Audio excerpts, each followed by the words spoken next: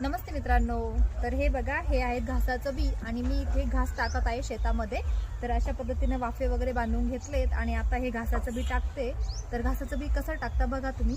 हे बघा, हे असं असं म्हणजे अशा पद्धतीनं घासाचं बी शेतामध्ये टाकतात.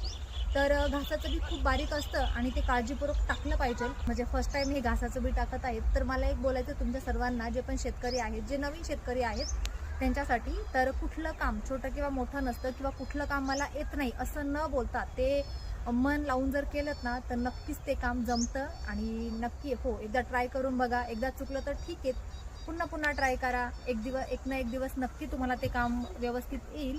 तर अशी शेतकऱ्याची व्यथा असते. जे नवीन शेतकरी त्यांच्यासाठी होतं हे. तर हे बघा, घासाचं बी टाकणं बोलतात ना, खूप कठीण आहे, खूप कठीण आहे. पण नाही, घासाचं बी टाकणं किंवा दुसरं कुठलं बियाणं टाकणं खूप सोपं आहे. फक्त तुम्ही एकदा ट्राय करून बघा. ठीक आहे. चला, पटलं तर मग लाईक, शेअर, सबस्क्राईब करा.